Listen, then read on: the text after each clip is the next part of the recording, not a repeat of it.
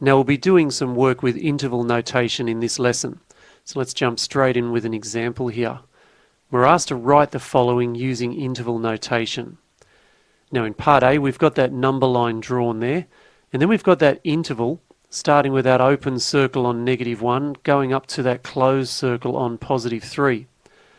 Now if we were to write that out as an inequality, we'd write -1 as less than x, which is less than or equal to 3. Now writing that out in interval notation, we'd write it like this, with -1, 3 inside that pair of brackets. Now you'll probably notice we've used two different types of brackets there. Now that's because there's -1 here. When we've got that open circle, that means that that's not included as part of that interval.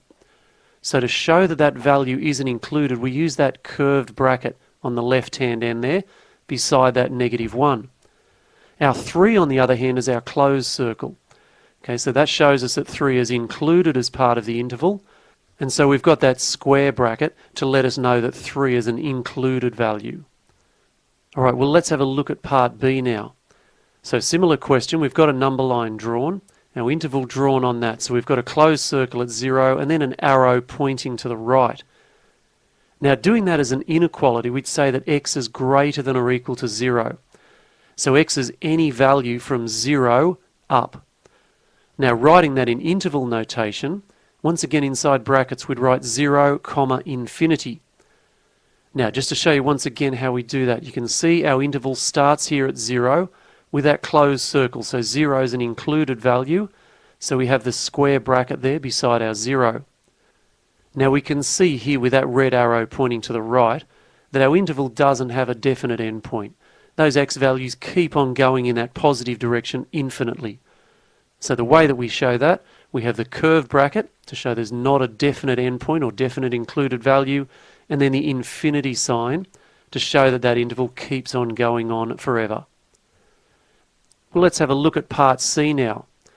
So here we've got inside those parentheses the interval for x, where 4 is less than x, which is less than or equal to 8.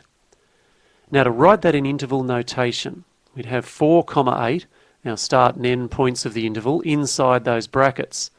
Now to work out the brackets, we can see here 4 is less than x. So 4 is not an included value, so curved bracket there beside our 4. And then at the other end, we can see that x is less than or equal to 8. So 8 is an included value, so square bracket there beside our 8. Fantastic. Well, let's have a look at example 2 now. Here we're asked to show the following on a number line. So our first one, inside those curved brackets, we've got -infinity, 2. So let's draw ourselves up a number line first of all. So we've got our interval going from -infinity to 2, curved brackets around each end. So the way we draw that on a number line is like this here, with the arrow pointing to the left for our curved bracket and -infinity, and then our open circle at 2 for that curved bracket there on the right hand end. Now let's have a look at part B. Here we've got a capital R, vertical line, and then in square brackets -1, 3. Well, what this means is the set of real numbers excluding the interval from -1 to 3.